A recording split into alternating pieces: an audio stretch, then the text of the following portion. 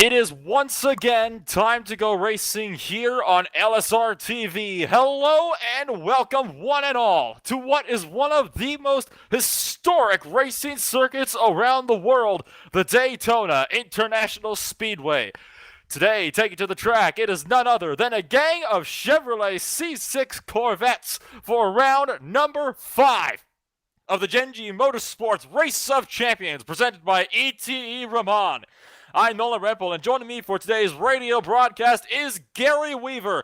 Now, Gary, this is a track very well known for providing some very, very entertaining racing indeed, as we've seen throughout time and time again in the past, and even earlier today with races such as the Major Series of the Daytona 2.4. What do you think we can expect going into today's race?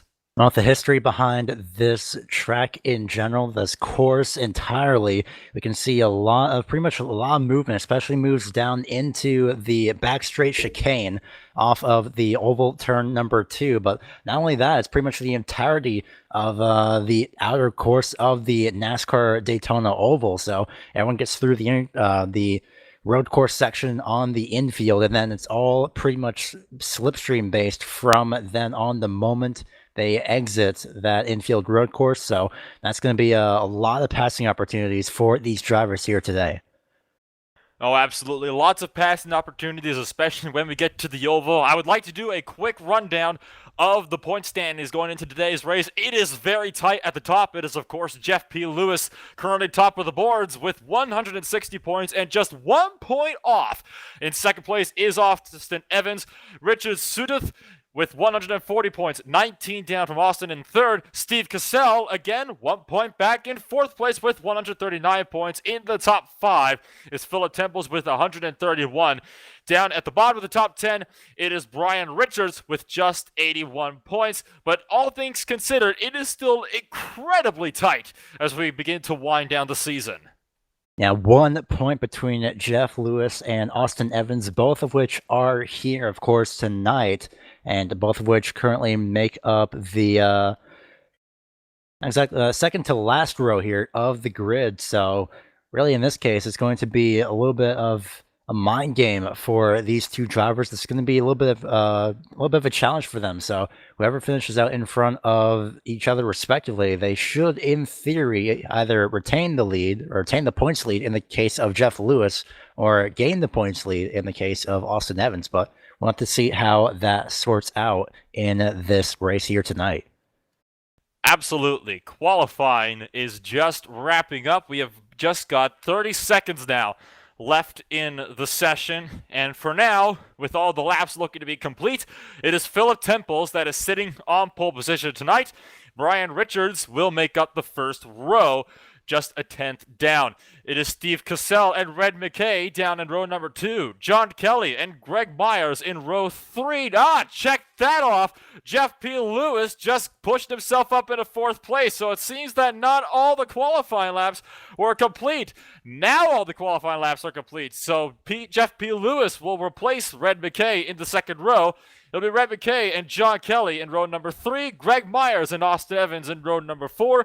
Rounding off our 10-car grid today, we've got Rich Blake and Jacob M. Williams from the top of the timing boards on pole position with the 1:43.537. It's about a 5-second difference down to Jacob Williams in the 1:48.539.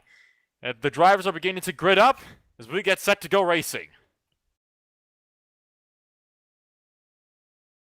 Waiting for the drivers to grid right now. I was looking at Jeff Lewis. I wasn't sure if he was going to make it or not, but he made that qualifying lap work right in the literal last few seconds. So just waiting for at least one more driver to grid. But until then, the anticipation and the adrenaline are for sure pumping. Oh, absolutely. Just waiting on 6th place to grid up, John Kelly, and then we'll be ready to get underway as the minutes continue to tick away and we get closer to being lights out at Daytona. Final thoughts before we go green. Of course, watch out for the oval section. We've seen how these cars handle on the oval with the slipstream, and now we can see how they take to both the oval and the road course here on this historic layout, as you mentioned. John Kelly has entered the car. And we are now set to go racing. The revs begin to build as the tension will rise. We are lights out, and away we go. All 10 cars getting off the line except for one. Rich Blake having trouble, stalled the car out in the back, and it's a slow start as well for Red McKay. Greg Myers dropping to the back of the field. They're side by side for second through turn number 1. Brian Richards pulling the outside around Steve Cassell. Cassell now under attack from Jeff P. Lewis. Lewis has to back out to avoid being run off the track as they thunder up to the International Horseshoe. Austin Evans trying around the outside. Cassell locks up in the horseshoe and runs it wide. He's going to lose out for 4th place as Lewis goes through to the top podium position. And throughout all of that, Jacob Williams did not get the best start that he wanted. He had stalled on the travel, but he did get going, and he is still in relative view. Right behind the majority of these drivers is now Austin Evans, is somehow trying to put Steve Cassell under fire after he had locked the right front brake, but right now they're just coming out through the left-hander, coming out onto the main portion of the Daytona Oval. So this is where the slipstream will come into effect, as some drivers like Austin Evans were a little bit loose on the exit. Got one sideways. Jacob Williams having a beautiful save as he went back onto the oval, and NASCAR 1 got the car hooked to the left and then hooked it back to the right to recover it. And it's going to be all draft now as they thunder down towards the bus stop chicane. Evans looking right to the apron. He's on the double yellow lines. It's a game of chicken. He's going to try the outside, and he bails out of the chicane altogether. One driver into the grass. It's Austin Evans. So 2 drivers that were going side by side almost onto the apron tried to make the pass, and one of them bailed across the chicane. The other had to bail across the grass in the chicane as well. So things are beginning to heat on up. The battle for 2nd place is also on. Brian Richards moving up high. Jeff Lewis going to look for the bottom for 2nd place as they cross the start-finish line. Lap 1 is complete. Brian Richards, for the time being, backs off and slots in right behind Jeff Lewis for that 2nd place position. At the moment, it is clear that Jeff Lewis will be in the points lead for the time being, but right now John Kelly's still having a few issues. He ran a little bit wide on the entry to the road course, but managed to keep it relatively on the racetrack as your top 3 are now sorted out. Temples, Lewis, and Richards, they're all single file, and the closest battle being between 6th through about 8th or so. Makes that 5th through about 8th, but for the time being, they are right in the slipstream of each other, and this is going to be the infield part where also I believe somebody went wide or locked up the brakes, but other than that, no problems really major for the time being. Oh, no problems for now, but Greg Myers having a little bit of a moment. Almost got run over by John Kelly, who again is struggling. Kelly went in too deep, locked up the left front, and he's continuing to go down spots. So John Kelly has gone from 5th place all the way down to 9th in just half a lap. Meanwhile, side by side up front for 5th place, Red McKay on the inside. Austin Evans trying to get by him on the outside. They are door to door in the thunder up for the bus stop chicane. Once again, a game of the late breakers, and Austin Evans wins out. He'll get the pass done and complete in the number 20 as they throttle on through. Red McKay gonna have to back out and maybe hope that he can get that slipstream in the run down to turn 1. Now, we'll see how this goes as McKay is getting a great slipstream for the time being. 160 miles an hour for Austin Evans, but Red McKay about 5 or so miles an hour faster, continuing that build just ever so slightly. Evans moves up on the racetrack as they come through the travel this time around. At the start-finish line they go. Red McKay gets to the 5th place position at the start-finish line, and it will be Austin Evans now sliding in right behind Red McKay. Greg Myers also drives right back up to the back bumper of Austin Evans here on the entry to the road course. Well, you know, for 10 cars, we've seen some pretty thrilling action already, and that action is going to look to keep going. Such is the beauty of having a fixed set of series. Greg Myers had to back out, lost a lot of time through the International Horseshoe, ran wide, had to let off of the throttle in order to avoid running off into the grass.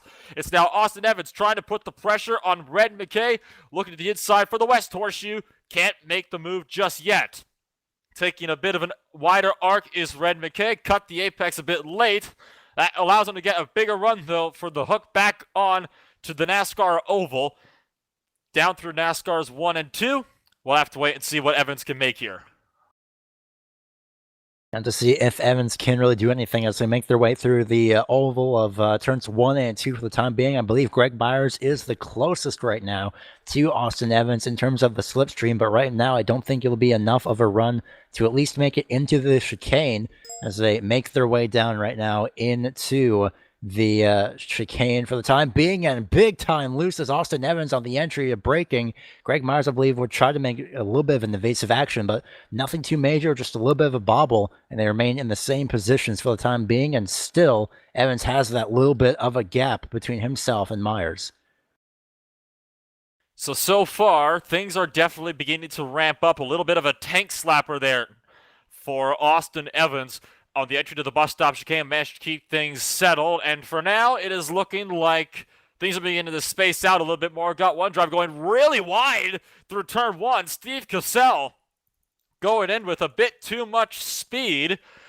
Locked up the left front and went really deep into the corner. So Steve Cassell having to back off a bunch of time down to Red McKay. Still not within the draft, but you gotta stop making mistakes like that. If you keep making mistakes like that, you're just gonna back yourself up into the rest of the drivers here in this race.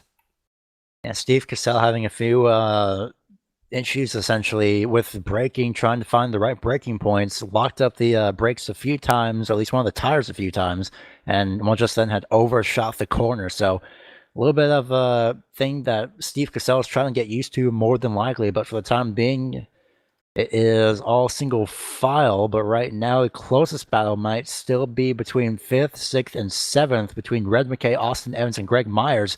They are in oval turns 1 and 2 for the time being, all spread out, but it might be Evans just barely in the slipstream of Red McKay as they come off of oval turn number 2 down the back straightaway. Just under half a second separates McKay and Evans as they break for the bus stop chicane. Evans much later on the brakes than McKay was, and much braver at that. He's got a much better run out of the chicane as well, and now he's all over the back of McKay. McKay is going to move up high and allow Evans to go through along the bottom. You reckon maybe McKay is thinking if I could slip in behind him, I could try to fight back in the run down to turn 1. Now exiting NASCAR turn 4, and McKay still, he's got a better run around the outside, and they will be side by side as they enter the tri-oval. He's not going to be close enough, though, I don't think, to make that move into turn 1. Yeah, but here comes Greg Myers. He might be trying to make a move to the left-hand side. He is now side by side as they make their way down into the course, and Red McKay had just like that gotten shuffled out 2 positions just on the braking to the entry of the road course. So into the International Horseshoe they go. Red McKay has dropped out 2 positions. So that means it's now Austin Evans 5th, Greg Myers in 6th, and now Red McKay's falling back another position down to 8th as John Kelly gets his way by on the exit of the International Horseshoe. John Kelly, he experienced quite a few difficulties in the early stages of the race, and now he's looking to fight back. Just picked up that spot on Red McKay. His next target is going to, of course, be Greg Myers, and he's going to have a slipstream as they enter onto the NASCAR oval again. The question is going to be just how effective will that draft be? Myers running a little bit wide onto the exit curves. Kelly is going to be closing more to Myers than Myers will be to Evans. This could be a fight that could potentially be decided at the bus stop. We're going to have to wait and see if it will actually be the case, though, or if he's going to have to wait until turn 1. We'll have to see side by side now. John Kelly trying to take up to the top side here, down the back straightaway into the chicane. It will be Greg Myers on the inside. They go side by side for a brief moment, and with the outside pass, John Kelly makes it work, and just like that, back onto the oval they go. It is now John Kelly in 7th, Greg Myers 8th. So, for now, the position belongs to John Kelly. That's not going to last, though, because here comes Greg Myers with a huge head of steam off of 3 and 4, looking to the outside as they exit off of the corner. He's closing, and he is closing fast into the tri-oval they go. Looks up high. Will they be side by side at turn number 1? Kelly goes up to cover, and Myers is forced to back off. A little bit of a defensive move as one of those two had locked up the brakes. Greg Myers a little bit bobbly there on the left-hand turn. And it looks like it was the 49 that had actually locked up the left front brake there on entry to the turn 1, essentially, after the tri-oval exit. So for the time being, they'll still remain those drivers in those same positions. But right now, Greg Myers more than likely trying to rebound, trying to recover, get back to the back bumper of John Kelly as soon as possible. And especially, you have to capitalize on the infield section to even have a remote chance at staying in the draft of the driver in front. But Red McKay now in 8th place as they make their way down and out of the road course. Yep, saw that. Greg Myers had went a little bit wide and too wide, and his entire right front fender is absolutely missing. That is just about turn 6, according to the track map there. Myers had went wide on the turn, tried to carry too much speed, and unfortunately binned it into the tire barriers. Yeah, just hook the car right on the barriers. It's one of the worst things you could probably do at that little corner. That will effectively end Greg Myers' charge. There's going to be aerodynamic damage to that car for sure, at least to the front, that will affect straight line speed. He might need to come down and get that fixed if he's going to be trying to work back up. And in fact, he's just bailing to cross the chicane entirely, not even trying to make that, and comes out right in front of Rich Blake. So Myers is looking to maybe be pitting this time because he just completely bailed out of that chicane, didn't even attempt to make it. Yeah, he's more than likely going to head to pit road off of oval turn number 4, and no, yeah, there it goes down to pit road. So more than likely just trying to get as much speed as possible as he nearly spins on pit entry as well. That would have been a little bit of insult to injury, but now Greg Myers will fall all the way back to what is now P10. Indeed. Clip the tires a little bit on the grass on the outside of the pit lane, and that's what nearly sent that car around for that one. Oh, the leader almost spun it. Philip Temples had just barely saved it. And now it's the same spot where Greg Myers had just had an accident. So looks to be that left-hand turn coming out onto the oval once again. The exit of the infield is starting to be a little bit of a problem spot. Well, it is a very bumpy section of track in the run-up to the oval, and it's caught so many drivers out. It's caught myself out more times than I can imagine. It's such a difficult corner to get right. It's deceptively tight, and right when you think you could get the power down, well, guess what? You can't. And sometimes the bumps is just enough to unsettle these cars. The closest fight on track for now is going to be Steve Cassell and Austin Evans. That is your fight for 5th place right now, and right now those are the 2 cars that are closest on track. And they make their way down through the chicane and the second half back up onto the main part of the oval, entering oval turn number 3. And this will be the point where Austin Evans can easily get the draft and fall and, well, try and make an attempt at least at getting up into 4th place here as they make their way off of oval turn number 4. Evans goes up to the top side. Cassell retains the low side, but it looks like it could be Steve Cassell with the preferred lane. They drag race even out at the start-finish line. At the line, it was Austin Evans, and he might be able to get it on the outside. Steve Cassell backs off on the inside. They remain side by side for the time being, and it looks like it will be Austin Evans with a great outside pass for P4.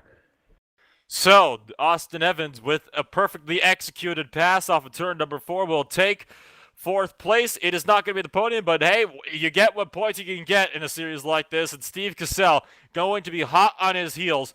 I'm going to keep an eye up front too, because with that spin that Philip Temples has, well, he's put himself within striking distance of Jeff Lewis, who's going to be looking to take that race lead. They are within drafting distance, so that's something we're going to have to keep one eye on as well throughout this race, if that gap will close on down. Yeah, it's going to be something to really keep an eye on, and the visual difference between these cars is something that you can kind of tell, but you also at the same time can't really tell whether or not they are within drafting distance. So it's going to be a lot to really look out for throughout this race. And right now it looks to be about a 1.1 second gap between first and second. And then there's Brian Richards about 5.3 seconds back. But Steve Cassell, who might be making a move, no, he will not actually, as they go down into the chicane and back up into now what's going to be oval turn number 3. Cassell runs a little bit wide again, so he might be having a few handling issues with his Corvette here. It might have gotten a slowdown penalty for that as well, because he cut that chicane an awful amount, and he was a bit slower, but it looks like he's back in line now with John Kelly. We might have just had a first assignment of the race as well. Greg Myers went out of the pits and then actually went back down into it. He spun the car through turn number 1 and hit the pit wall. So Greg Myers, his troubles will continue, and it's looking like he might be parking it for now. He's certainly not. He's in the car still, so we'll have to see if he gets that car back out there. But we've had some incident up front. John Kelly locked up the brakes, and that allowed Steve Cassell to say, "Thank you very much, I'm going to take that spot." And then they went side by side again. Kelly managed to retake that spot in the run up to the International Horseshoe. Now it's all just within the span of, well, pretty much that amount of track, that distance essentially. But speaking of distance, it has now closed between first and second. Jeff Lewis has made his way up to the back bumper almost of Philip Temples. This is going to be the run that he might need, but Jeff Lewis isn't falling directly behind as they make their way through now oval turn 2. Jeff Lewis is actually running about a half a lane higher than Philip Temples. Now Philip Temples and Lewis, they will run the same line down the back straightaway into the chicane. Lewis is not trying to make any eager moves. He knows about the draft, and he knows that really without any help, that he will not be able to really retain the lead for long. Well, not only that, but I don't think he wanted to take the lead before the bus stop chicane because he recognized that Temples would just be able to take that lead immediately after. It looked like he tried to set himself up to take that lead in the rundown to turn number 1, but he sacrificed quite a bit of time in the bus stop chicane, and he ended up losing out to Philip Temples. It is not going to be enough to put that car out of contention. It's definitely still hot on the heels of that number 19, so it's definitely a fight to watch when they get back around to the oval.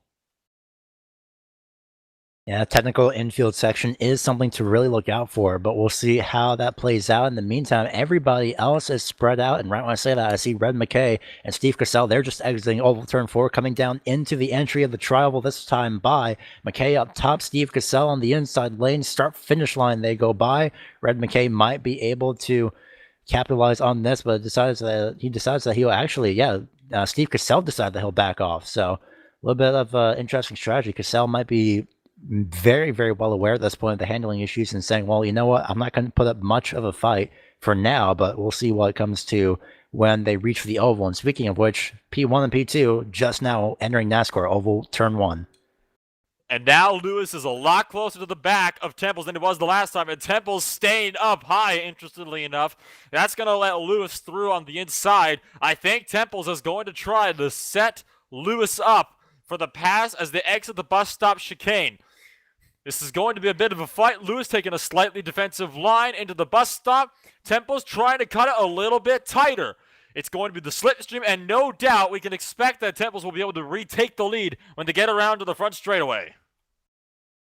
More than likely that will happen. Phil Temples, now it's going to be a wonder which line he takes, as Lewis will stay on the inside lane right next to the double yellow line. Off of turn number 4 they come, or oval turn 4 rather. Drag race down into the tri-oval. Start finish line, it will be the number 19. And now it's just a matter of who breaks first or who breaks later, as Temples and both Lewis, they will remain even actually on corner entry. They'll remain side by side, but Lewis might get the preferred lane here if he can keep it. They still remain side by side, and now Lewis has finally capitalized as they just now make their way down into the International Horseshoe and exit. Temple's going to go for the over-under, though, and they'll be side-by-side again on the corner exit from the International Horseshoe. Temple's took a wider arc. He cut the apex in, and now Lewis backs off as they reach the turn 4 kink right before the West Horseshoe. Did not want to risk going side-by-side through there, and a good thing he didn't want to, because the section of track just after that is barely 2 lanes wide. It's about a lane and a half, realistically. Definitely not a good passing zone, so Lewis decided to let Temples go. And it's definitely a good idea, but now it's going to be a battle between those two for the time being as they make their way back out onto the oval once again. And it's going to be a matter of where Lewis decides to go and which side Temples decides to defend. He'll stay on the inside lane, I think, as Lewis made his way up. It was just barely before the exit of turn number 2 that may have slowed down his momentum a little bit. Philip intentionally slows down, though, and he'll slot right behind immediately Lewis as they just get into the chicane this time around. So coming onto the exit, Temples now will try and once again get this lead back here as they make their way down into oval turn 3. And we'll see if they can, if Temples can capitalize once again on retaining the lead on the turn 1 entry. So Temples looks to the outside of Jeff Lewis. Will Lewis be able to fend him off this time? Again, drag racing it down towards the line. It's going to be Temples to get credit for the lap led. They're still going to be neck and neck down through turn number 1. Lewis is going to be the driver that will get the line on the exit, and it will be Jeff P. Lewis to retain his race lead, and Temples is going to have to try again. Yeah, but now it's going to be putting a little bit of a front lockup, and he'll actually get the move onto the inside now on the International Horseshoe and the exit. So it's now the same thing that we had before. Temples in first, Lewis in second, just at the turn for left-hander kink, and now into the West Horseshoe. So this is going to be a little bit of a repeat here this time around, possibly for this lap. We'll see how these drivers handle it this time around, but Temples is absolutely nailing that International Horseshoe. He did lock up the right front a little bit as these two now exit onto the main oval circuit, but Lewis had been running wide now 2 laps in a row this time, and he did back off a little bit, I believe, on the exit of the road course, so trying to set himself up, I believe, now for another run at Temples. Well, it looks like Lewis is definitely the better driver when it comes to the oval. He knows how to get the runs better, and it seems though that Temples is just that little bit better on the road course. Lewis cutting it as tight as he can manage to get it. And meanwhile, while this is all going on, we just had to swap positions further back. John Kelly just got around Austin Evans, and Evans is almost bump drafting Kelly now in the run up to the horseshoe. I think they are bump drafting. Kelly getting the shove from Evans towards the bus stop chicane, and it's going to be Kelly to almost cut it too tight. He does cut it a little bit tight though, lost that bit of exit speed, and that might allow Evans to get a run on him, and this would be the fight for 4th place coming up to the line. P1 and P2 remain the same as Austin Evans dives up to the right-hand side, driver's right-hand side of John Kelly now as they drag race their way down through the tri-oval start-finish line. It will be the 20 credited with 4th place for the time being now, as right now Austin Evans trying to outbrake John Kelly as they make their way down to the right-hander for the road course entry, but John Kelly rather, with the preferred left-hand lane, is trying to use any and all racetrack possible. Got into the gravel just a little bit, but now they both make their way into the horseshoe. They remain side by side, but it could be Evans now with the preferred position. No, it's not. They still remain side by side. Still P1 and P2 still remain in the same position as they're drag racing. They got really close, at least 6 inches maybe off their doors there. These guys, they're really pushing their luck here. That was oh so close. Could barely fit a sheet of paper between those two cars. Evans ended up getting squeezed out, and now it's going to be John Kelly to be in the lead when they hit the oval. Once again, Austin Evans taking a little bit too wide of a line to be able to properly capitalize on the slipstream of the run down to the bus stop chicane. Kelly sticking up high, interestingly enough, not staying down near the apron, so it'll have to be Evans to see if he can get that better run through the bus stop chicane and set him up. The fight for first has spaced out by a decent margin. That is settling around 9 or so tenths. It is still closing, but it's looking like that is one fight that is going to be continuing on further on in the race. I would not be surprised, especially with how this battle now for 4th is going on. But for the time being, Austin Evans going to try and take another shot as they make their way through oval turn 4, just now on the exit of the oval turn 4. And now it's Austin Evans again going out to the right-hand side of John Kelly, and it's going to be a lot better margin, nearly an entire car length, as Austin Evans gets nearly gets contact, and they both nearly make contact. They came so close to each other's fenders and tires each, but they all somehow managed to retain that, practically side drafting Austin Evans was John Kelly, and John Kelly still retains the 4th place position on road course entry as they now make their way through the International Horseshoe and exit.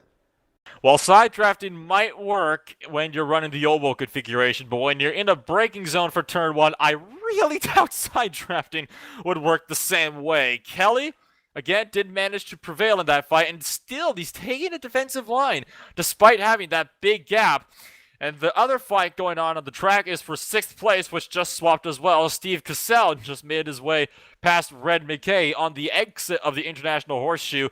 Actually, it was a pass around the outside of the corner. It looked like maybe McKay had a big loose moment through the International Horseshoe, and that is what allowed Cassell to get that run, to get that position. And in the meantime, it seems like Cassell, just from the order now that he's in, he may have slowly started to get the hang of this racetrack and car combination a little bit more, especially with the changing conditions, just a little bit. So Cassell might be slowly starting to get himself adjusted to this racetrack. In the meantime, it's still about 8 tenths between first and second, still rotating in the same order, but now it might be Austin Evans again taking another shot at John Kelly, as the draft is the gap is a little bit larger compared to the last 2 laps. So Austin Evans may be able to get a run towards John Kelly as they make their way through the tri-oval, but right now it may be a little bit too late to make a move. We'll see. Austin Evans still slot right in behind John Kelly. Will he make a move? No, John Kelly goes up onto the right-hand side, gives Austin Evans the inside lane. Would Kelly try the crossover? They both lock up left fronts for the time being on entry, but now it's going to be Austin Evans in P4, John Kelly P5. So the tire smoke flies as they continue to lock up the brace at every corner, and now it is Evans that locks it up, and Kelly tried to stuff the nose in there. Didn't work out. He didn't even manage to get there in time. Bounces over the exit curves of the horseshoe and nearly loses the back end. And now running through the kink again down to the west horseshoe. Will Kelly try to go for another dive? No, he won't. He is going to try to take a wider arc through the corner. The question is, will that one work out for him? Doesn't look like it will. We've still got just under 50 minutes left in this race today. So, and as that goes on, the track temperatures will cool down and the grip will begin to strengthen. And if anything, we could see the lap times beginning to drop as well. Yeah, a lot of times, more than likely, will be dropping throughout the course of this race, especially with some of these drivers locking up their tires. Trouble behind them. Sorry to cut you off there, Gary, but Steve Cassell just spun it around for our first spin of the day, and it was with Red McKay. Did not make contact. It was a self-spin for Mr. Cassell. Just got in the power too early. And Red McKay, just for context here and a little bit of a description, he nearly made contact as Cassell was about a foot or so between both of their quarter panels touching. So very close contact, a very close moment there for Red McKay, but luckily his absolutely amazing avoidance had kept him from pretty much colliding and T-boning Steve Cassell. So Cassell almost had it, and well, of course, that's the commentator's curse from me saying, well, he might have gotten the hang of it, but in the meantime, P4 might be under fire still. Austin Evans and John Kelly, P4, P5 respectively for the time being, still battling it out. As John Kelly was trying to get a little bit of a slipstream run, Austin Evans was trying to break the toe, and of course, that did seem to work for the time being. They make their way now into the horseshoe once again, the international horseshoe rather, as John Kelly still stays behind Austin Evans, might be trying to set up for another move once they get back onto the oval. This fight for fourth place is definitely where things are at right now, and Austin Evans was much earlier on the brakes than Kelly was, so Kelly reeled in about a 3/10 gap in one braking zone, and now Kelly's all over the back end of him, fakes to the right, then back to the left, but wasn't close enough to try to make a move. He's really harassing Evans' meters, trying to force him into a mistake, and I think he just did because Evans took the curb onto the oval a bit too wide, and now he's going to try to come down and cover, but Kelly is already there and door to door, and they think they're banging doors through 1 and 2 now, and Kelly is going to try to get that run, but I think Austin Evans is going to have a little bit more of a run. This is going to be a game of chicken as they enter the braking zone for the bus stop chicane. And who's going to win now? They're going to try to go side by side, but Kelly cuts it tight. He's going to try to go for a switchback now on Austin Evans, and Evans will now have the good defensive line in NASCAR 3 and 4. They made contact probably at least 2 times, and it was in the corner. Kelly slides now right in behind as they go through 3 and 4 in the oval configuration now. John Kelly right behind, practically bump drafting the number 20 now off of turn number 4, and we've seen this in the regular oval race. John Kelly dives up to the top-hand side now as they make their way to the start-finish line, and we'll see how this goes on into road course entry. Austin Evans breaks really early, trying to force Kelly to not take the inside lane, and right now that seems to have worked for the time being as they still remain single file once again as they go back to single file, going now down to the international horseshoe. That was absolutely incredible, and Evans has overshot really wide in the international horseshoe. That leaves the opening for John Kelly, and they still remain side by side here down into the kink. These are the two drivers that have definitely been the most competitive for the drop of the green flag today. And John Kelly getting almost pushed onto the grass a bit, but he's going to still have that dive bomb into the West Horseshoe, trying to capitalize out on the exit. Evans, he's still got his nose in there for when they come back to the oval. And it's going to be all clear, but Kelly, again, trying to go for a cutback, but he can't make it work. These two will continue battling now as they make their way into oval turn 1 for now. Greg Myers, unfortunately, back off the racetrack once again. Had maybe a hardware issue, but in the meantime, though, John Kelly dives up to the right-hand side as they drag race now down the back straightaway. Still Kelly and Evans, P5 and P4 now, respectively. And right now, it's going to be a little bit of the same braking, and it looks like Austin Evans will win out now into the chicane as Evans had just a little bit more momentum, maybe a little bit less on the brakes. So now it's still John Kelly behind Austin Evans now, so they go through 3 and 4. And in the meantime, any other battles? Well, this is the only one, really. John Kelly peeks out to the right-hand side again. They are not giving any space, practically. They drag race now down into the tri-oval, crossing the start-finish line as of right now. It's John Kelly P4, but will he get that into turn 1 of the road course? He will not. Tries to at least attempt at a crossover down to the inside, but still Austin Evans physically in front in P4. John Kelly still P5. It really is a great fight between these two drivers. Just 0.02 of a second separating them the last time by at the line. And Evans running a little bit wide again on the exit of the horseshoe. So things are looking spicy in your battle for 4th place. And this has definitely been the closest fight we've had all race. And these two drivers have not been giving any kind of quarter at all to one another. The fight for first, though, is about to close in because Mr. Jeff Lewis has just caught the back of Philip Temples as they go through the bus stop.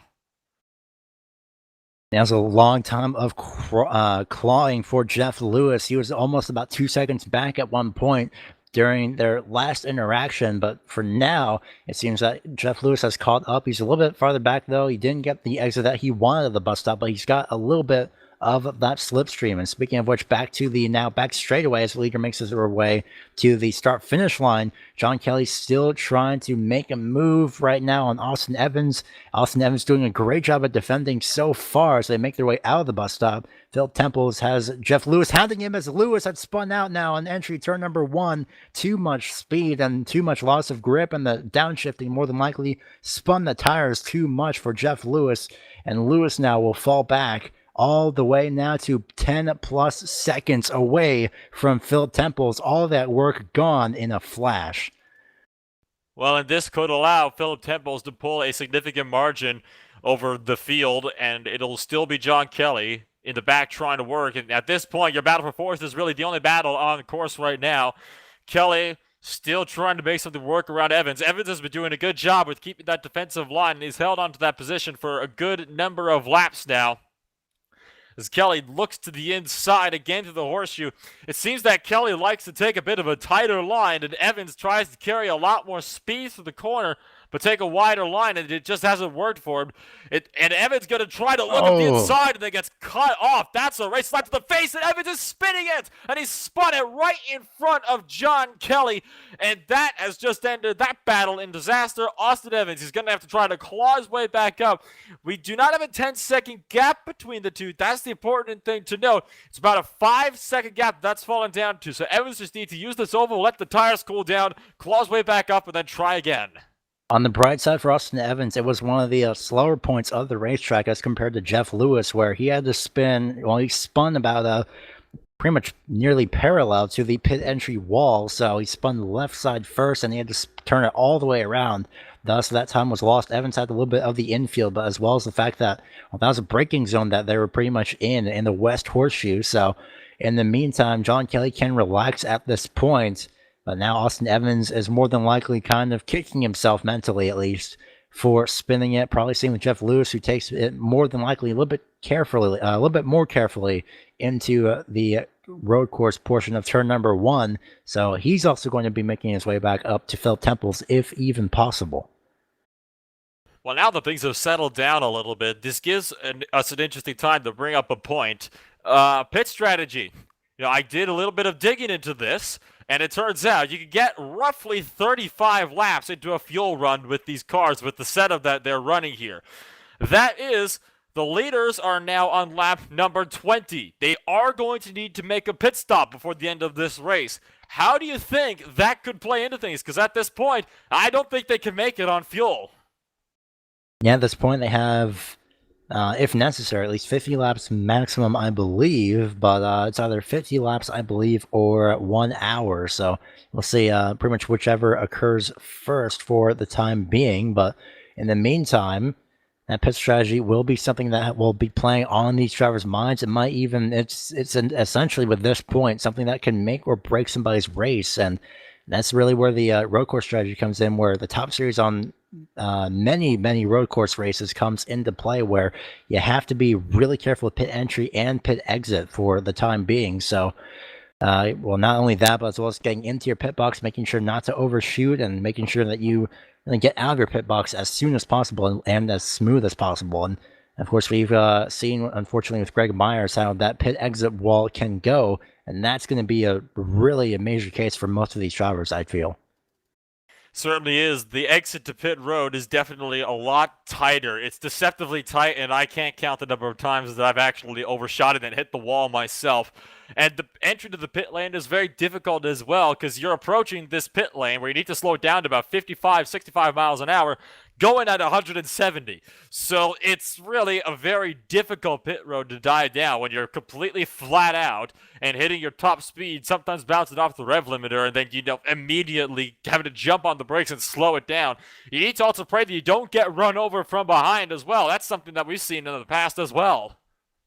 And we've seen that multiple times, especially with the oval races here, and even in some cases, even road course races. But very rarely, I feel it's more of if two drivers decide are somehow on the same strategy, really. So, but in the case of oval races, it is definitely brutal when you have multiple drivers coming in from pretty much all over the place, all spread out across the entire apron. So we'll see how this goes. Really, with all these drivers, they can really kind of relax just a little bit, knowing that they do have a sizable gap between themselves and other drivers, which, well, speaking of that sizable gap, Temples and Lewis separated by now 13.7 seconds.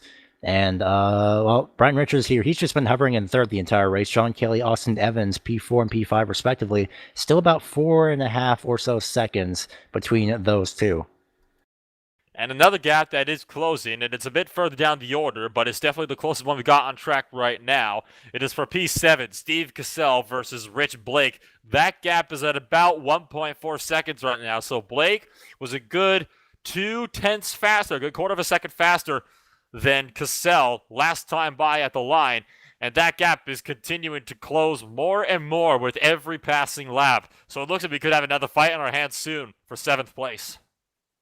Yeah, I would not be surprised. Steve Cassell went a little bit wide as well on the exit of the road course as well, went over the rumble strip, which, well, in most cases, doesn't exactly help you out. So, yeah, Steve Cassell running a little bit considerably slower on the entry, it seems, just by a visual estimate, though. Rich Blake had caught up just a little bit, but it might have been, of course, just the braking for the braking zone in the entry to that bus stop. So for the time being, Steve Cassell can relax just a little bit, but closer and closer comes Rich Blake into that slipstream zone, which is now less than a second between himself and Cassell. So I believe at this time it could be Rich Blake as they just now exit the tri-oval, go down into the road course. Might be at this time by where Rich Blake can capitalize and get P7.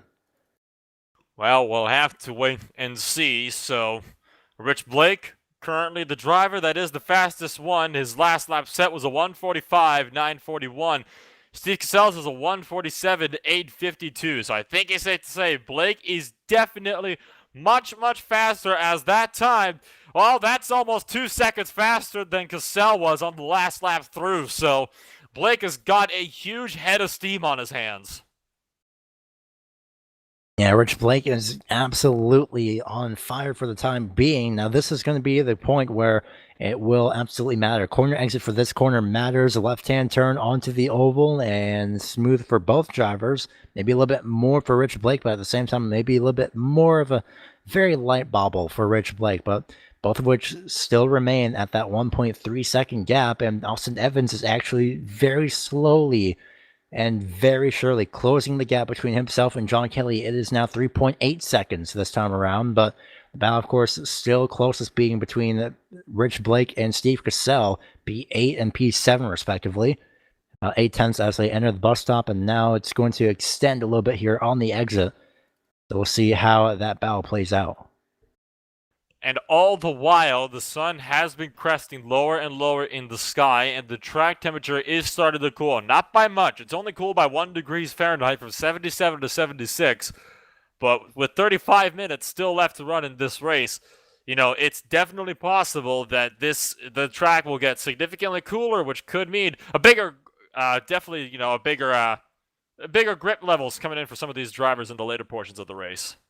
Yeah, the grip levels is something that is definitely about to play into effect here for this race. So we'll see how, again, really just how everything plays out. So looking through right now, at least of a rough estimate, it could be actually maybe 20 minutes. It could be the 35 or so minutes currently remaining being the estimate for the extra 15 minutes, just in case, possibly just for the extra time, really. So we'll see. It could be, I believe that's time 20 minutes remaining, but that is as a rough estimate. As right now, Philip Temple's in at pit road.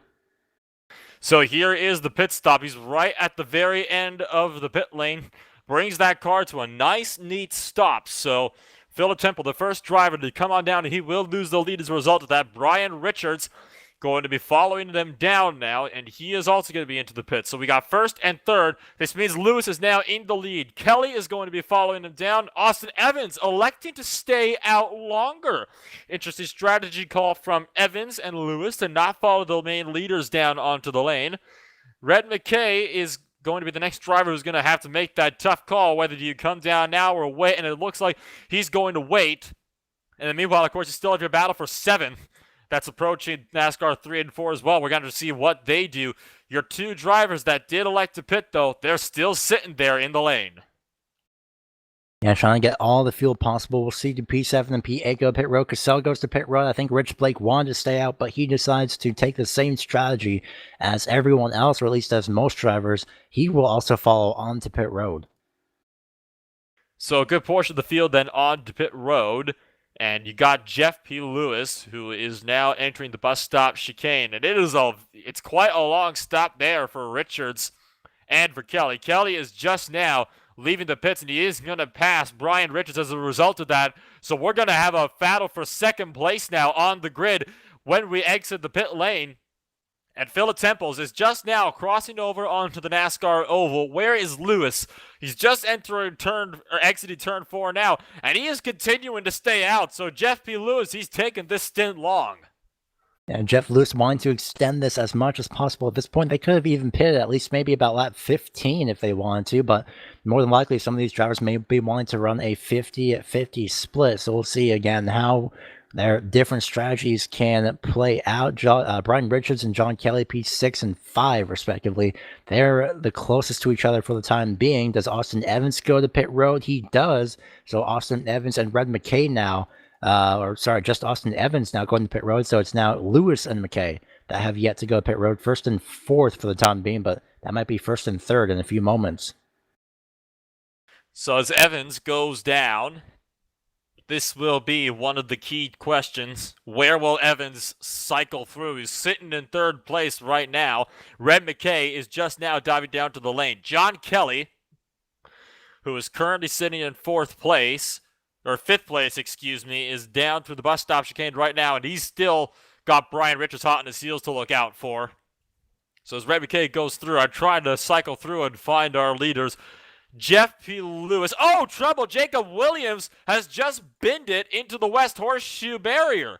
He carried in way too much speed, locked down the brakes, and just went straight on into the tires. Got the car rolling. It was more of a glancing hit, but still, that's going to hurt his momentum through this pit cycle. Yeah, he was trying to save it. He was trying to turn right into the West Horseshoe, but the too much braking and the fact that, well, of course, you have the brakes locked in the first place, and once you lock the brakes, it's pretty much all over. So he manages to save that as Lewis now comes into pit road, just coming now to complete lap 25 and start the first lap of the second half. So it might be a pure 50-50 split here that Lewis is trying to do. Philip Temples now, the driver currently scored second just now, entering the bus stop. And this could be the key point of the race here as Red McKay now exits pit road. Philip Temples now just getting into NASCAR number 3. Jeff Lewis about 8 seconds into his pit stop. So this could be a really deciding stop as to whether who keeps the lead. Philip Temples is going to pass Jacob Williams as Williams goes down to the pits. Lewis is still sitting in the stop. Here comes Temples through the tribal across the start finish line, and Philip Temples will re-inherit the race lead while Lewis is stuck sitting still in his pit box. One more driver coming down. It is Rich Blake, and Rich Blake has got big damage to the right front of his car. Something big has just happened to Rich Blake. Rewinding right now, it's the same thing that happened earlier on, not to Rich Blake, but it was the same corner about turn 6. The left-hander coming out onto the oval, but except it wasn't locking the brakes. It was the fact that he got too much of the gravel. He got his right side tires on the gravel. All grip was absolutely lost, and he slid into the tire barriers, albeit luckily not too fast, about maybe 25 miles an hour, and no other contact after that, luckily. No, no further contact, but still, it is still difficult to see that he slid it into the barriers. And now the closest fight has transitioned over to third place between Brian Richards and John Kelly. Kelly has worked his way up to Richards, and they're now fighting for the final podium spot right now as Richards is trying to hang on. And looking back again, still it's that 1 point between Evans and Lewis that matters for the time being. It's Austin Evans in P5, Lewis in second. So at the moment, it's pretty much unofficially confirmed that Jeff Lewis will get the points lead, an extended points lead at least, after this race ends, considering that we continue running as we are. But in the meantime, it's still John Kelly and Brian Richards continuing to battle it out. John Kelly was all over the back bumper in that left-hander before the exit about turn 6, and now they go through NASCAR turn 1 and 2.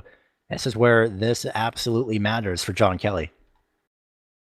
So Philip Temples continuing to hang on to that race lead, like you said. Lewis down in second. Richards and Kelly duking it out in third place. The number 3 car trying to hang on to third. Really hot into the bus stop chicane, but keeps it together. And that was a very tidy line from Richards through the bus stop chicane. Kelly, though, hot on his heels, and it's going to be like using a Mario Kart mushroom as he boosts his way through 3 and 4 to try to go for that move into turn number 1.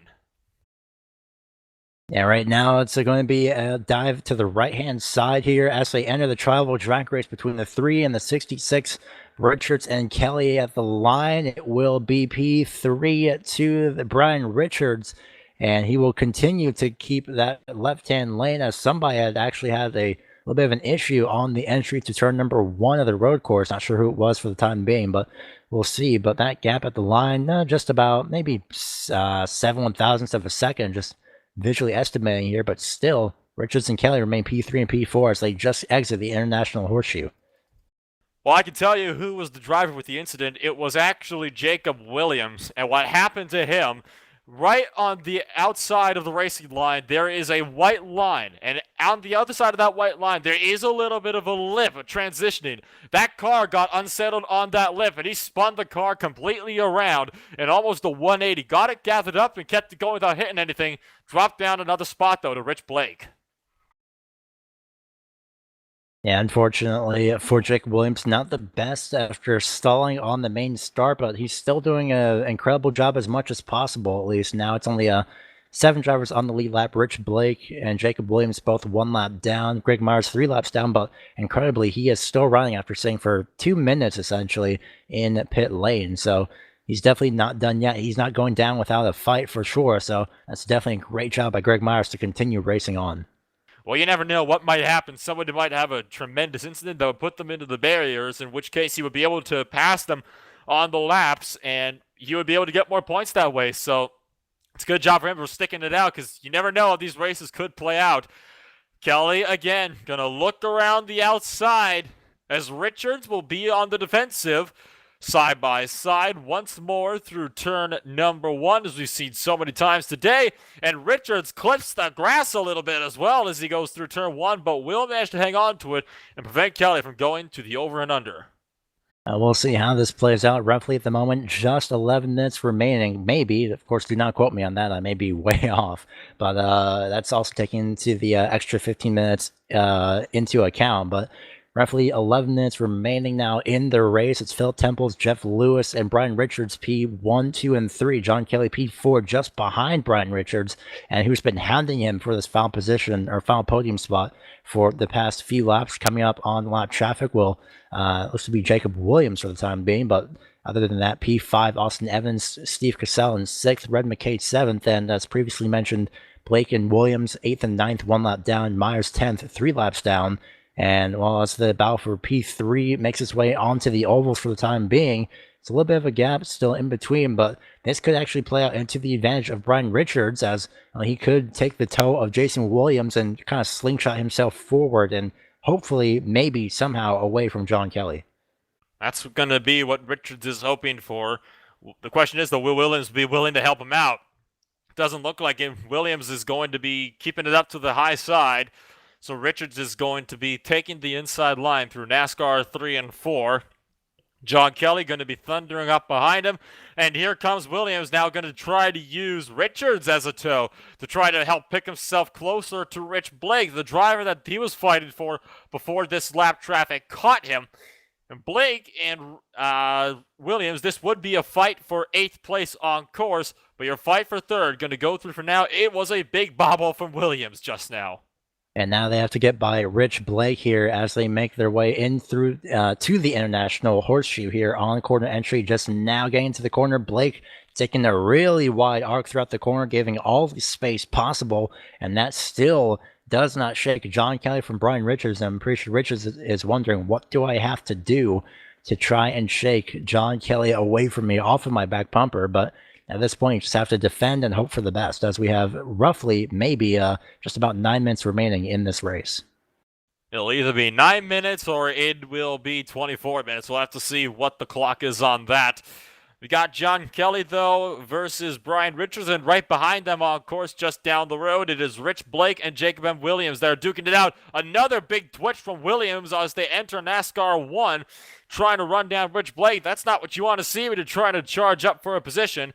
Now the two closest cars on track is again going to be John Kelly and Brian Richards. And now Richards does not have anybody helping him out. Kelly's not going to make anything look right now as they enter the bus stop chicane. Going to wait until they enter NASCAR 3.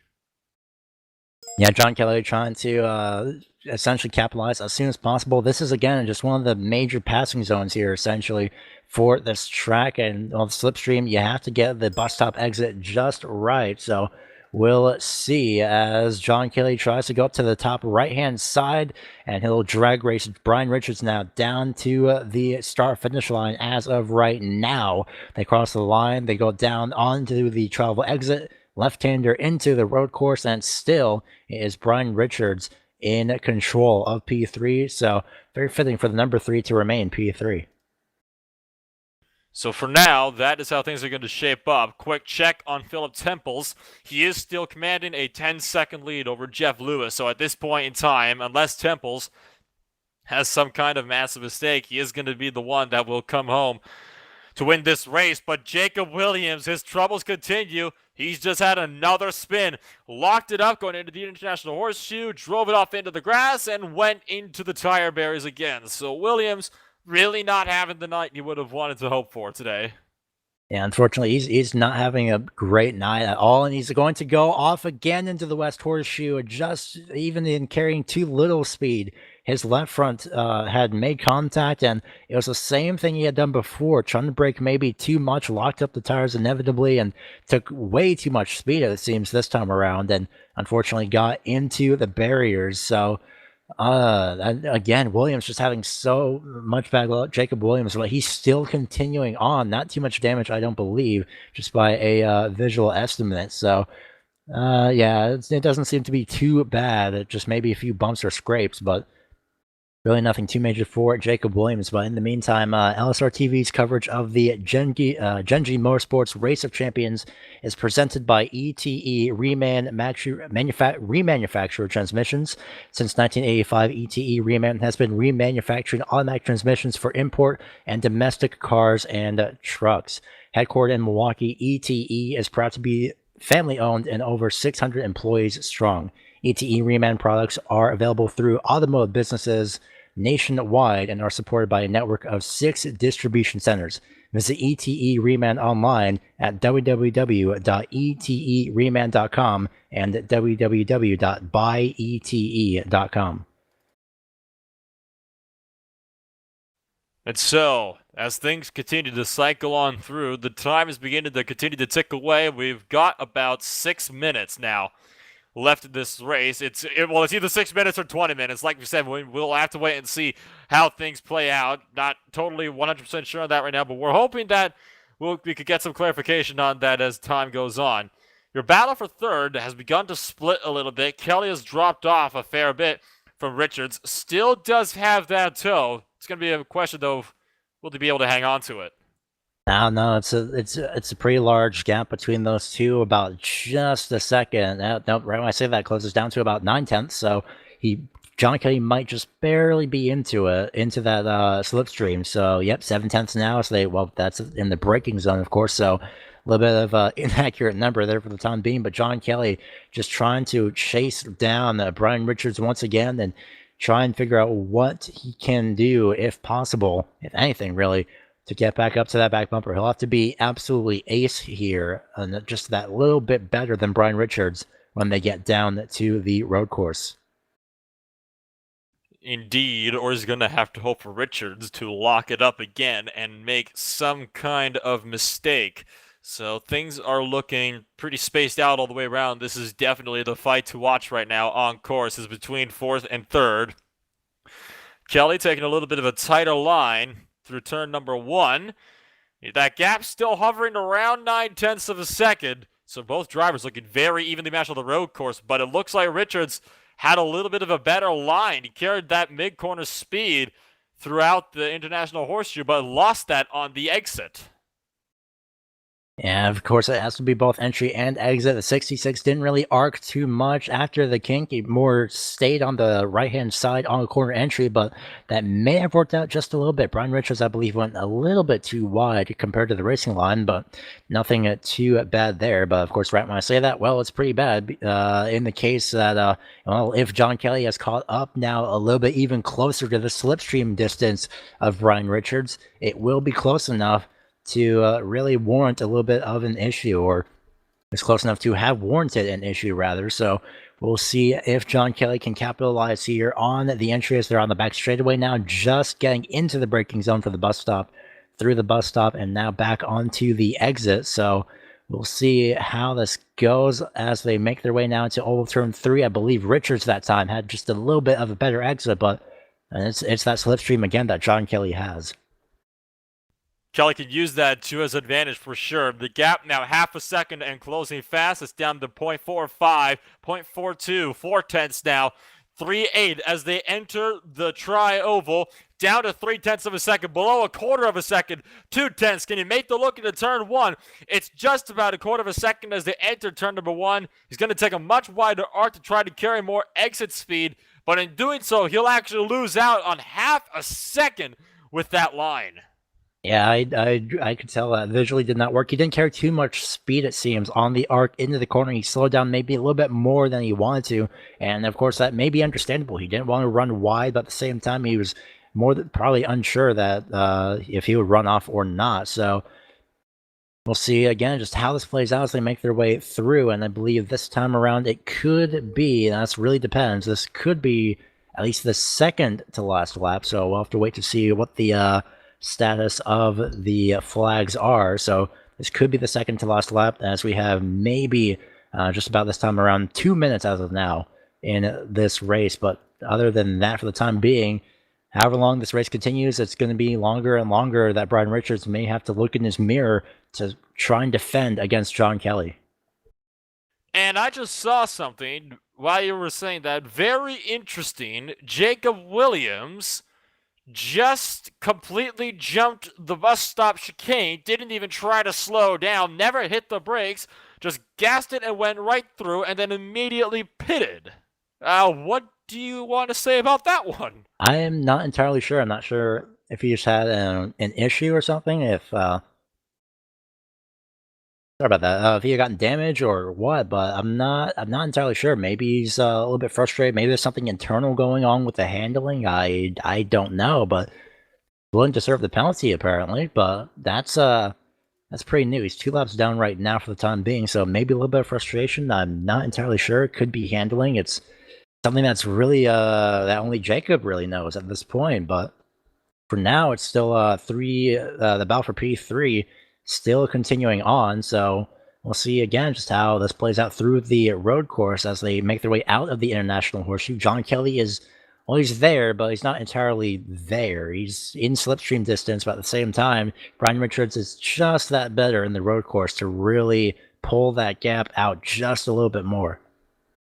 Yeah, I understand what you're saying on that. It seems that Richards definitely has the upper hand when it comes to the road course.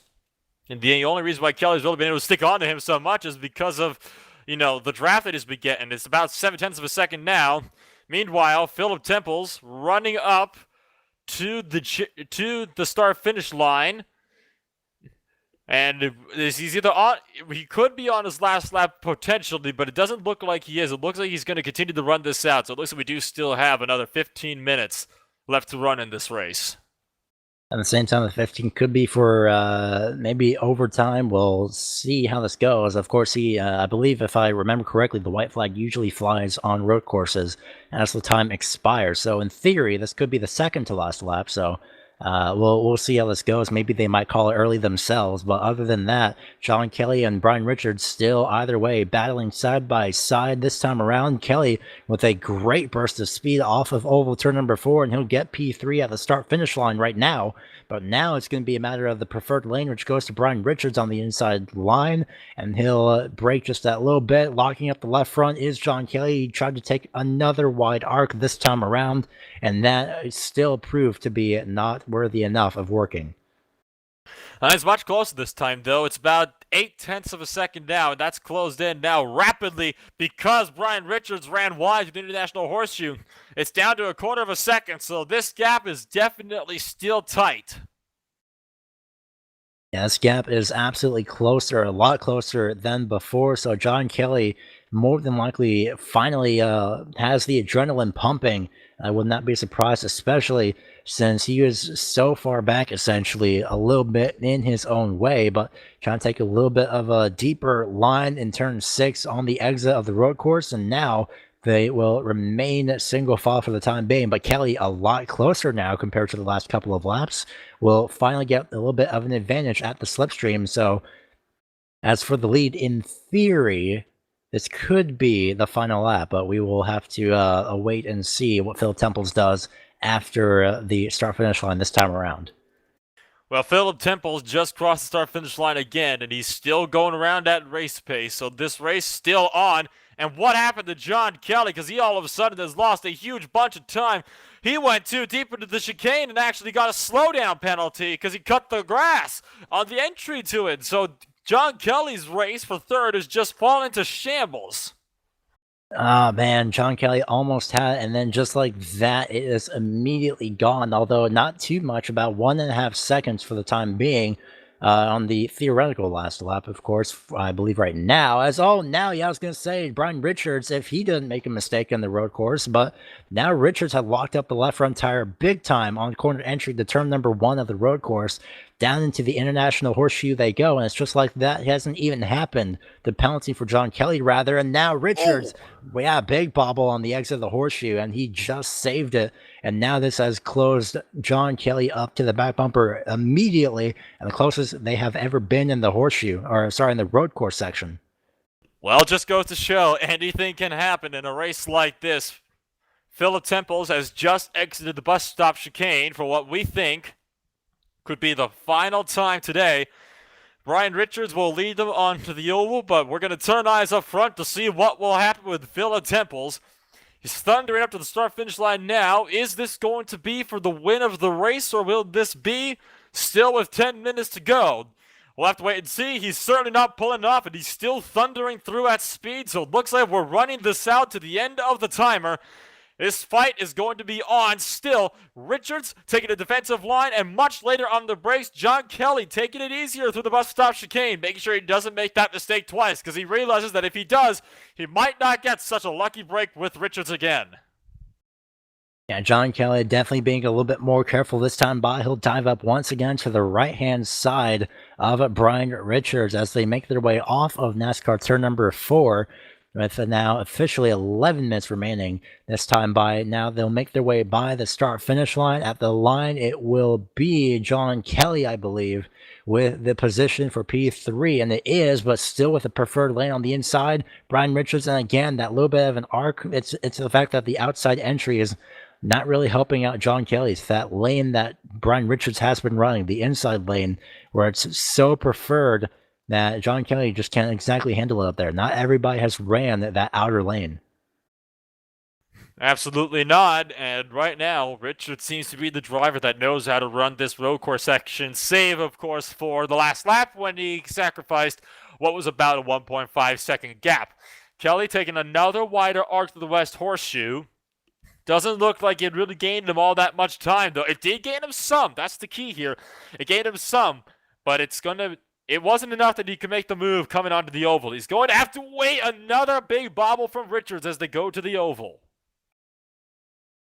Right now, John Kelly just within striking distance for the time being. He's within that little bit of a slipstream as, yes, this will be run down to the end of the timer. Phil Temple's still absolutely running race pace as John Kelly now peeks up to the right-hand side, and no, nothing yet into the entry to this bus stop. So we'll find out exactly what can happen here this time around. Okay, that was a little bit too close for comfort. That little bit of a dip, and the fact that Kelly ran over the low curbing that's on the exit of the bus stop, that just loosened his car up enough to lose a little bit of time, but not luckily too much. Oh, and it's so easy to lose the cars. We've seen it in, even faster cars of the Mercedes AMG GT3s, for example, and even some of our GTE cars. You get too much onto that curve, and you're just going to be a passenger going head on into the outside wall. So good job on Kelly to manage to hang on to that one. He's going to try to, again, take that wider arc. They're still really close. Quarter of a second separated them as they run up for the International Horseshoe. Right now, John Kelly still hounding the back bumper of Brian Richards. This is for P3, and then in this entire time, Jeff Lewis has been running in second place between Richards and Temples. That's it. Jeff Lewis rather, just enjoying his time and sitting in second place. As for Austin Evans, he still remains P5. No pressure for him as well. So this is really the only battle on track for the final podium position, and this could be a little bit important as Brian Richards a little bit loose on the exit of the West Horseshoe. But we'll see exactly, again, just how this plays out. And I know I'm sounding like a broken record here, but that's really what we have to see is just how it plays out, because every time it seems to be just a little bit different. Indeed, indeed. John Kelly, he is all over the back of Richards and closing in once again, looking back to the wall as they run to the to the bus stop chicane. Much earlier on the brakes is John Kelly. Interestingly enough, will that allow him, though, to get the run that he needs off of the bus stop chicane? And in fact, he won't. He lost a bit of time through there. But again, he'll have the draft to help completely negate what was lost. I think John Kelly was a little bit on the rev limiter there. I think he downshifted a little bit too early into the chicane, but we'll really have to see what can come of that. It didn't really seem to hinder him too much as of right now, but at the time it definitely did. So we'll see exactly, again, just if Kelly, still taking the wider arc. He's not falling directly behind Brian Richards, and personally I feel like that's hurting him just a little bit, but at the same time, I can understand that why he'd be taking the wider arc, not to clip the grass, and also not to clip the pit wall in the process, as he's really diving down into the inside lane. Or, sorry, not the inside lane, but rather the little bit of a runoff area into the International Horseshoe, trying to use whatever space possible and curbing and really whatever isn't grass or really just whatever isn't grass. Very much so indeed. An estimated 3 or 4 laps left to go as Philip Temples goes towards the start-finish line. He's now weaving his way through some lap traffic. So Temples just past Red McKay for 7th place to hang on to that lead and put McKay 1 lap down. So lap traffic beginning to become a little bit of a factor for your race lead, but the eyes still remain on this fight for third because it gets a little bit closer every time. Kelly again braking pretty early, and he's losing so much time whenever he does that. He lost almost a second in just the braking zone for that bus stop chicane, down to 0.6 of a second on the exit. He's able to reel it back in, but if he's going to want to go for that position, he's going to have to move up that braking zone a bit. Yeah, I'm not sure why he's braking early. I can understand why to give Richards a little bit of space in the event that he does mess up, but at the same time, I keep listening to his engine, I keep hearing it, and it keeps going really, really high. So I'm not sure if he's doing this intentionally all of a sudden, but it might be a little bit of something that we don't know. So we'll see how if he can keep really running this and if it really helps out. For the time being, it didn't seem to really help out that time. And when it comes to the last lap, that will not help because he was a little ways back as they now make their way down into the International Horseshoe. Richards locking up one of the front tires again, but nothing really too major. Nothing major for now. You wonder if maybe Kelly is practicing his run-up, trying to see how can I capitalize on the run through the bus stop chicane, maybe trying to set him up for that last lap pass. Yeah, more than likely, I believe that could have been it. Is the fact that maybe the fact that he's braking a little bit earlier is maybe warranting that he's hoping that Brian Richards would, on the last lap, overshoot the braking zone just a little bit, maybe mess up. Well, there's that mess up. Yep, he's going to spin right down to the infield on the inside, and that is it for Richards. So John Kelly now in P3 in the podium as Brian Richards almost had. This is on the exit of the road course coming into the oval. Brian Richards had put down the power just a little bit too much. The steering wheel was a little bit too much to the left, and the bumps did not help at all. So that all three of those had absolutely determined the fact that Brian Richards will not, for the moment at least, finish in P3, and maybe that might absolutely confirm it. He's about 10.5 seconds now back from John Kelly. Oh, got one car really sideways towards the International Horseshoe. It was Jacob Williams that took a very wild ride.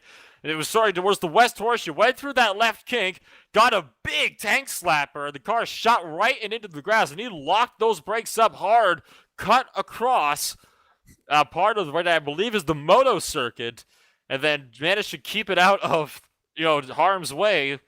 And with everything that's been going on, and with that spin, I think that has confirmed what our finishing order will look like, provided drivers don't make any major mistakes towards the end of this one.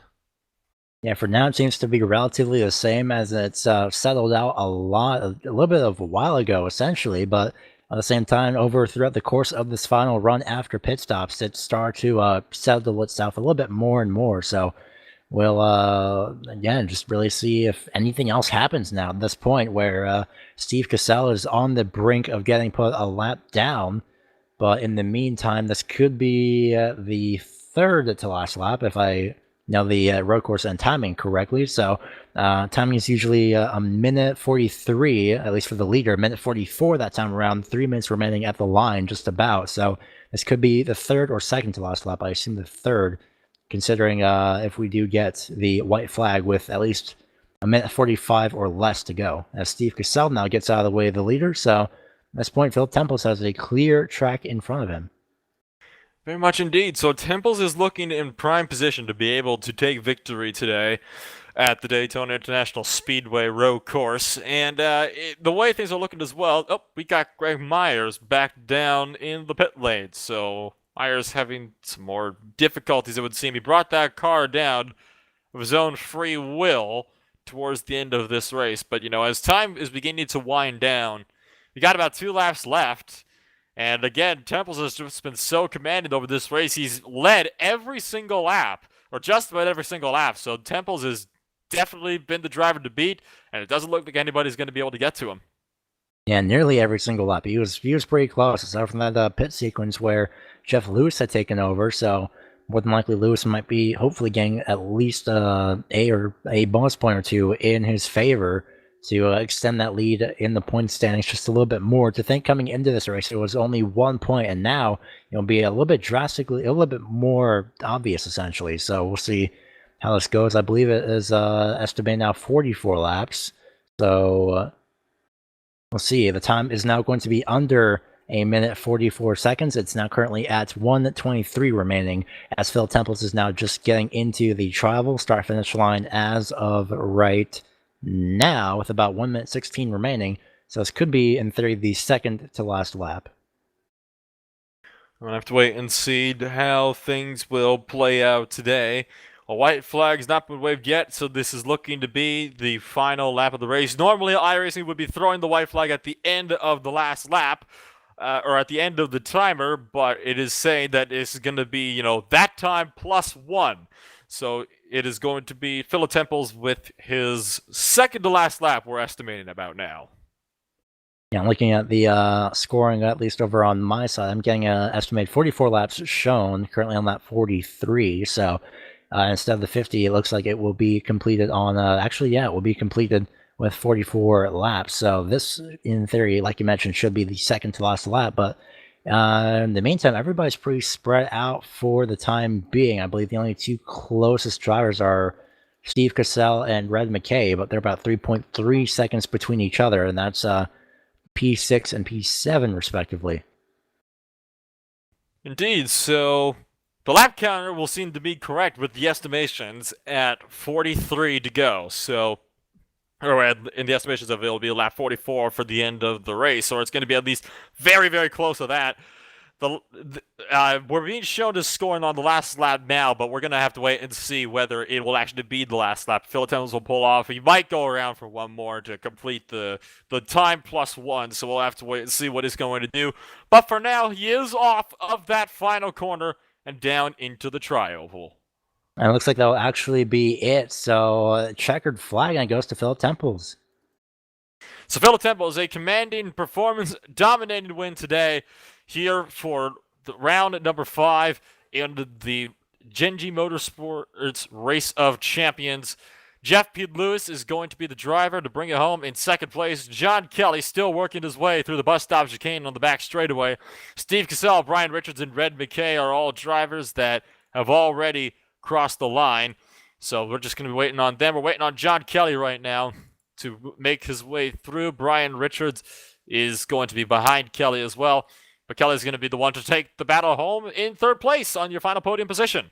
And all that battling, and it turns out, well, really the only thing that John Kelly needed was a mistake from Brian Richards. So riding at the podium right now as he crosses the line is the 66, and Brian Richards just now rounding his way through turns, NASCAR turns 3 and 4. As the last driver on the lead lap, I believe, will be Steve Cassell, just now making his way into NASCAR turn 2.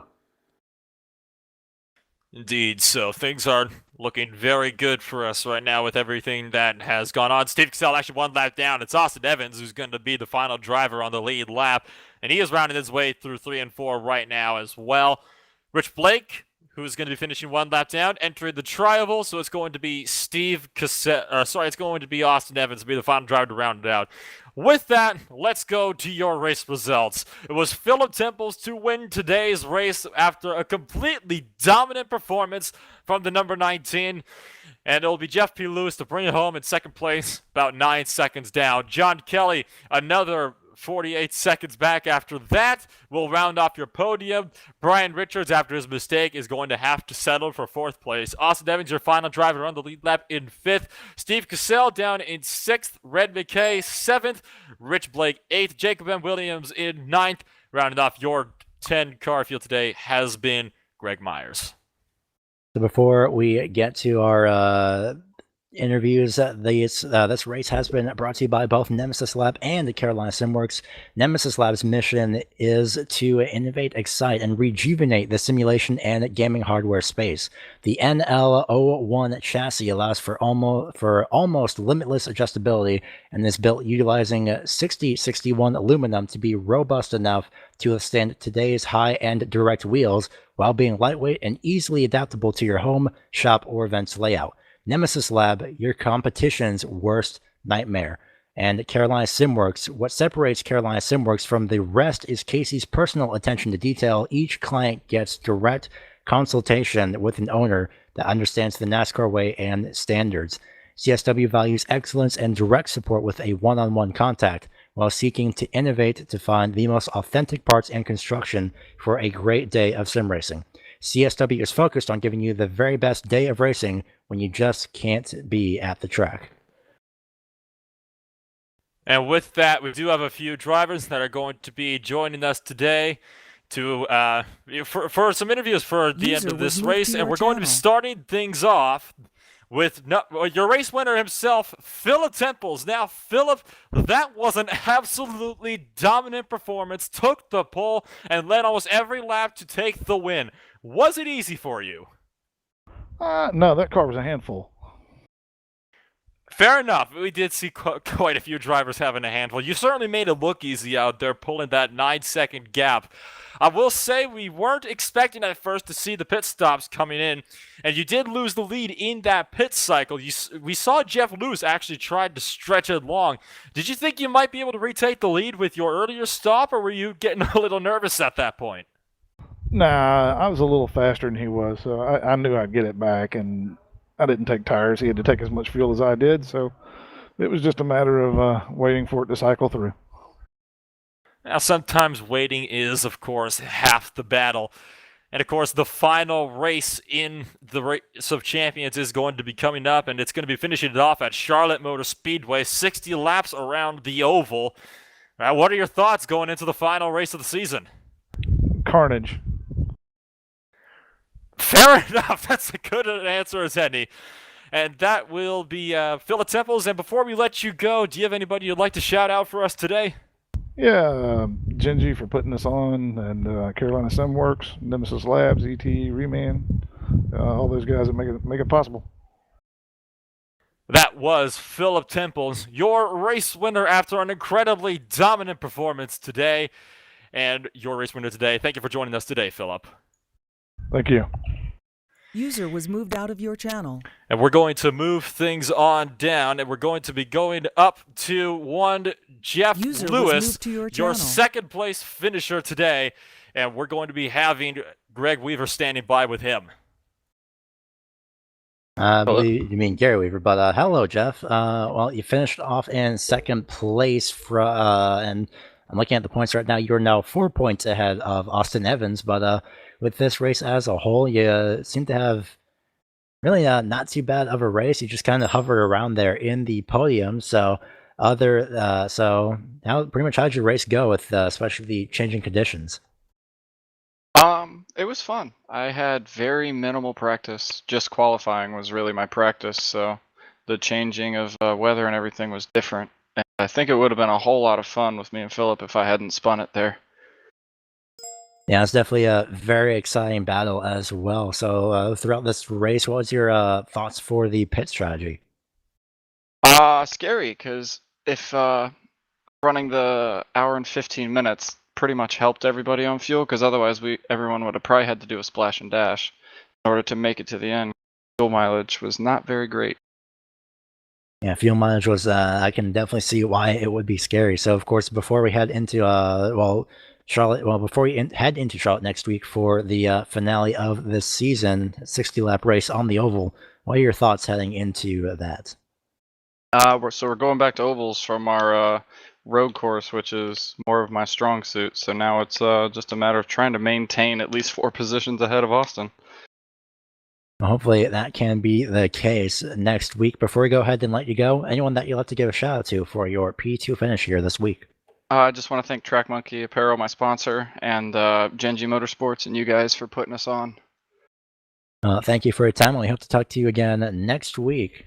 Good luck. Thank you, you guys. Take care.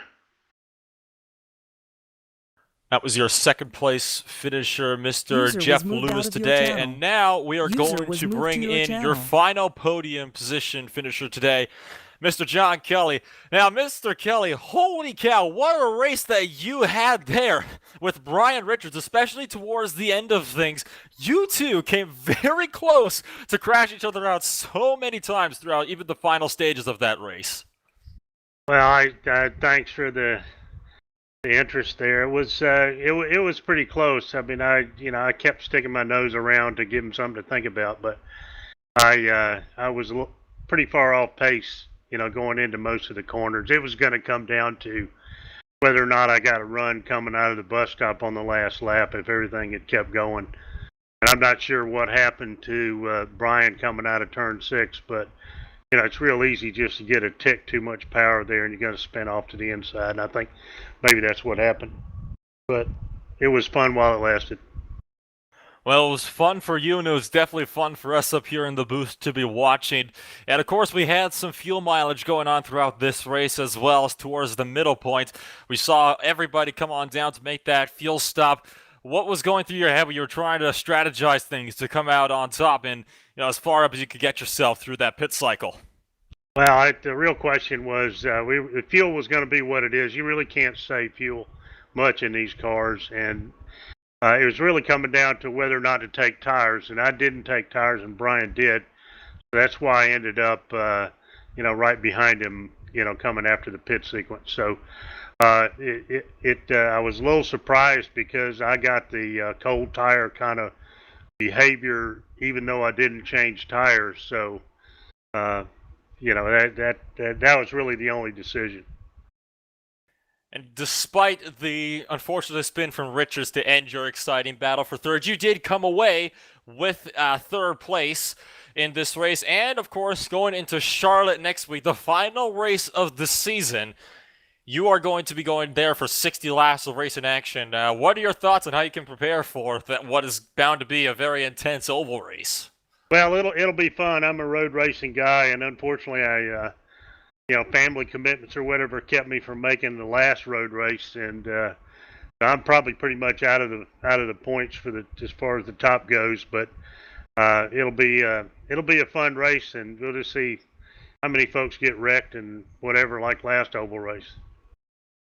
Yeah, before we let you go tonight to celebrate your final podium position, who gets it done for that number 66 machine? Oh, it's just thanks to the wife for letting me do this. I better go cook her some dinner.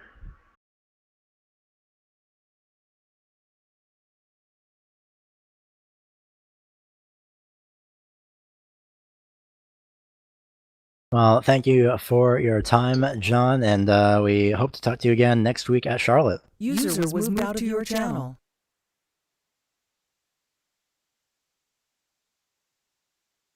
Okay, and we are going to... Hey, guys.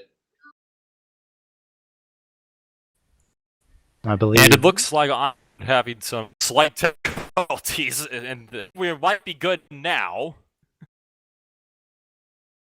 Possibly. So, yeah, there you go. there we go. Things have been fixed. My apologies for the technical difficulties on my end. User in your Yeah, channel timed unfortunately, it just happened, so it looks like User entered your channel. he might be back. So a lot of technical issues for Nolan, but I think he might have it sorted out. Well, we'll have to see if I can stick around long enough to get a word in. Yeah, and there we go. We'll see if things are fixed. There we go. Now things seem to be all set and good. So, Gary Weaver, I got the name right this time. You're standing by with our final interviewee of the day, Mr. Greg Myers. Yeah, Greg Myers not having the best of luck, unfortunately, but on the bright side, still coming through in the end to finish the race, albeit 4 laps down in that P10. But other than that, what's your overall thoughts with this race tonight? I wish I hadn't had the technical difficulties because I think I could have had a really good race tonight. But this has been great practice. We've really been hammering it out on this track anyways in the Ford GT, getting ready for the 24 Hours of Daytona next weekend. And so it was good practice for the guys that are going to be participating in that as well. This is a little heavier car that doesn't brake as well, but it's still good practice, I think. Yeah, it definitely does serve as great practice. So heading into Charlotte for next week in the oval configuration for 60 laps, what are your thoughts heading into that race? I think you're going to see some really, really close racing out there. That is going to be a race under the lights. The track temperature should be good. We should have good grip, and I think the guys are going to put on a really good show.